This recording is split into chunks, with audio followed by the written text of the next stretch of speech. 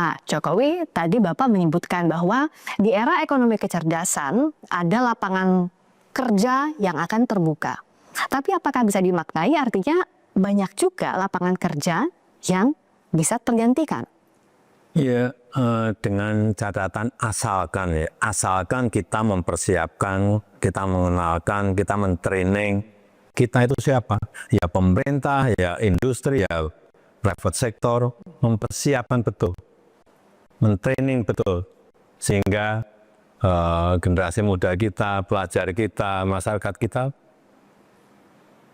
tahu, mengerti mengenai tadi AI, coding, algoritma, dan juga machine learning. Kalau mereka tahu mengenai itu, artinya apa? Digital literasi mereka meningkat, kemudian skill mereka meningkat, ya sangat mudah untuk masuk ke kesempatan kerja yang ada di era ekonomi kecerdasan. Yang paling penting itu aja. Ya, dan kalau dari periode Bapak memimpin selama 10 tahun dilanjutkan sekarang ke Bapak Presiden Prabowo, ke Bapak Wakil Presiden Mas Gibran, sebenarnya Indonesia sudah ada di tahapan mana Pak untuk ekonomi kecerdasan ini dan indikatornya apa soal ini? Tadi saya sampaikan infrastrukturnya, kemudian kita telah sebagian besar sudah kita miliki, tinggal memperbaiki dan menambah. Kemudian kalau indikator untuk tadi yang ditanyakan, saya rasa kita bisa melihat digitalisasi di bidang pelayanan publik. Saya kira kita meningkat, melompat, sehingga pelayanan publik lebih cepat dan lebih baik. Kemudian juga yang berkaitan dengan pembangunan sumber daya manusia juga, kalau kita lihat juga telah kita kejar meskipun masih perlu diperbaiki lagi. Kemudian indikator yang lain, tumbuhnya startup, ada unicorn di negara kita yang banyak, artinya ekosistem yang mendukung ke arah itu juga bisa kita perbaiki. Dan juga saya kira yang penting memang nanti adalah regulasi yang mendukung tumbuhnya sebuah ekosistem untuk mendukung masuknya kita ke ekonomi kecerdasan, intelligent economy. Saya tertarik dengan sejumlah poin yang Bapak sampaikan tadi soal infrastruktur, sumber daya manusia, soal regulasi. Saya ke soal sumber daya manusia dikaitkan dengan literasi digital yang harus kita miliki. Yang masih jadi tantangan saat ini Bapak, dari mulai ekonomi digital ke ekonomi kecerdasan adalah masih belum meratanya soal literasi digital ini, dari Sabang sampai Merauke. Menurut Bapak, bagaimana menjawab tantangan ini agar kita punya literasi digital yang kuat secara merata? Ya, tugas pemerintah, tugas kita semuanya, tugas sektor swasta untuk bersama-sama mengenalkan kepada masyarakat mengenai tadi AI, coding, algoritma, mengenai machine learning bersama-sama, dan training pelatihan-pelatihan harus dilakukan merata di seluruh tanah air agar kita nanti bisa masuk ke era ekonomi kecerdasan ini betul-betul dalam posisi yang siap. Karena menurut perkiraan saya dalam 5, 10, atau 15 tahun yang akan datang akan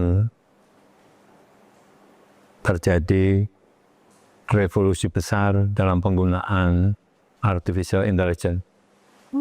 Yang kedua, revolusi besar juga dalam penggunaan humanoid robotik. Nah ini perubahan besar ini harus kita antisipasi dengan menyiapkan infrastruktur, menyiapkan sumber daya manusia, menyiapkan regulasi yang mendukung ke arah itu. Ya. Dan ini jadi tugas pemerintah terutama ya Pak. Dan Bapak sudah memulai ini ya untuk keterampilan digital. Sejak itu Bapak jadi concernnya salah satunya untuk keterampilan AI. Tapi masih memerlukan banyak sekali perbaikan-perbaikan untuk dalam rangka mengejar ke era ekonomi kecerdasan. Karena langkah yang kita butuhkan juga akan jauh lebih cepat dari ekonomi digital itu ya Pak. Iya, betul. Dan kalau bicara soal tadi AI, keterampilan soal kecerdasan buatan, kita berlomba ada yang namanya humanoid robotic. Tapi pada yang kita lihat dalam akhir-akhir ini, beberapa tahun terakhir, yang jadi kekhawatiran justru AI disalahgunakan untuk disinformasi, untuk keamanan data yang terancam karena itu. Bapak bagaimana? Itu yang saya khawatir. Itu yang saya sangat khawatir dan itu yang saya takut. Jadi penggunaan AI, nantinya penggunaan humanoid robotik untuk hal yang tidak baik. Sehingga sekali lagi dibutuhkan regulasi yang ketat dalam rangka mengontrol penggunaan AI, penggunaan humanoid robotik, sehingga betul-betul barang ini berguna bagi kehidupan kita, berguna bagi ekonomi kita, justru tidak yang tadi kita khawatirkan akan merusak sendi-sendi kehidupan kita. Sekali lagi, diperlukan regulasi, aturan yang ketat dalam rangka mengontrol penggunaan AI, mengontrol penggunaan humanoid robotik. Dan ini memang harus disiapkan segera, didiskusikan segera oleh kita bersama, sehingga aturan mainnya menjadi jelas. Regulasi ini memang sulit ya Pak, apalagi untuk mengejar teknologi yang semakin cepat, seringkali aturan yang tertinggal di belakang. Ya, biasanya memang swasta lebih cepat dari regulasi. Teknologi juga lebih cepat dari regulasi. Ini yang harus menjadi concern kita bersama. Iya, regulasinya, tapi harus diimbangi juga dengan literasi digital. Jadi banyak sekali faktornya, tapi Bapak yakin Indonesia sanggup untuk menghadapi era ekonomi kecerdasan ini, Bapak? Ya tadi, asalkan. Pakai asalkan kita segera memperbaiki infrastruktur yang kurang. Infrastruktur fisik, infrastruktur digital. Yang kedua, juga asalkan kita segera juga mentraining, mengenalkan AI, coding, algoritma, dan machine learning kepada generasi muda, kepada masyarakat. Yang ketiga tadi, regulasi yang ketat yang harus kita segera siapkan. Kalau ini semuanya dikerjakan ya, artinya kita siap menghadapi era kecerdasan. Karena memang ini adalah masa-masa ekstrim di mana perubahan itu akan sangat drastis sekali. Ini mungkin akan seperti revolusi industri di tahun 1760. Saat itu dari pertanian tradisional masuk ke era mekanisasi, era industri manufaktur, dan juga era urbanisasi masuk ke kota. Ini yang mungkin kejadiannya akan seperti itu, sehingga saat itu produktivitas globalnya naik drastis, produktivitas nasional di beberapa negara juga naik drastis karena bisa mengikuti perubahan zaman pada saat itu. Di zaman Raja George ketiga ya, seingat saya Raja George ketiga. Saya rasa akan kejadian itu mungkin dalam 10-15 tahun yang akan datang akan kejadian, yaitu produktivitas globalnya naik drastis karena adanya penemuan-penemuan teknologi, terutama AI dan humanoid robotik. Iya, tatanan dunianya akan berubah drastis, jadi kita harus siap untuk itu. Berkali-kali Bapak menekankan soal infrastruktur, SDM, regulasi lagi. Regulasi ini yang jadi kendala tadi, regulasi dengan teknologi, regulasinya di belakang, teknologi sudah maju di depan. Yang jadi kendala adalah regulasi ini butuh waktu. Baik itu dari sisi pemerintahnya, aturan-aturan yang ada di sektor usaha, di sisi lain juga pendidikannya, institusi, itu semua butuh waktu. Apa artinya untuk pembuatan regulasi butuh lebih ringkas juga untuk mengejar ini, Bapak? Ya kita memang harus berubah semuanya. Kalau dulu-dulu pembuatan undang-undang, pembuatan regulasi, pembuatan aturan-aturan memerlukan waktu lama, sekarang memang harus cepat. Karena ini eranya era real time.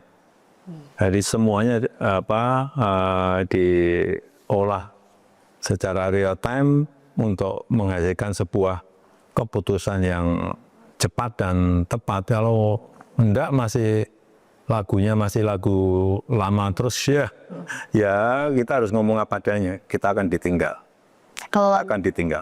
Jangan sampai ditinggal. Kalau lagu lama kasetnya rusak ya Pak ya, jadi itu tidak boleh terjadi.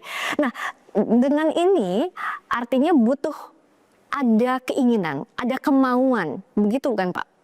Kemauan untuk mengubah regulasi tadi. Kalau masih pola lama ya tidak akan bisa. Memang harus dirubah. Meskipun birokrasi itu seringkali sulit untuk itu ya Pak. Dan jangan lupa AI ini sekarang sudah di negara-negara lain sudah mulai digunakan secara masif. Kita juga sudah di beberapa perusahaan sudah menggunakan juga AI karena perkembangannya sangat cepat sekali. Kalau kita lihat sekarang DeepSeek yang dimiliki oleh Liang Wenfeng dari China, kemudian Google yang sekarang sudah punya Gemini, Gemini juga udah ada juga yang Mark Zuckerberg sekarang juga sudah punya Meta AI. Saya kira ini kecepatan teknologinya sangat cepat sekali. yeah. Sehingga kalau kita tidak ikut mengejar, akan betul-betul akan ketinggal. Kalau negara berkembang atau negara maju sudah punya tadi sejumlah indikator tadi, infrastruktur, SDM, dan juga regulasinya sudah menuju ke sana. Tapi untuk negara-negara berpenghasilan rendah, setidaknya untuk masuk ke era ini, apa yang harus dilakukan, Pak? Itulah yang menjadi problem besarnya di situ nanti. Sehingga kalau ini tidak negara berkembang, negara yang berpendapatan rendah, tidak menyiapkan infrastruktur, karena menyiapkan infrastruktur juga memerlukan anggaran. Ya. Nah, problemnya di situ, di anggaran. Nah, kalau problemnya di situ, saya kira memang yang paling penting kerjasama, kolaborasi dengan negara lain, dengan investor itu diperlukan oleh mereka. Ya. Untuk agar infrastruktur menjadi siap. Kemudian SDM juga menjadi masalah besar juga.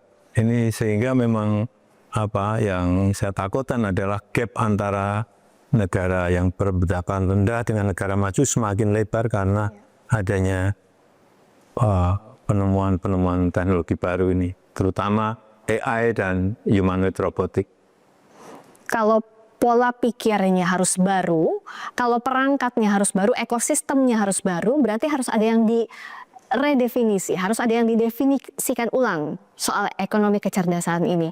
Apa saja Pak? Jawabnya usai jeda, kami segera kembali.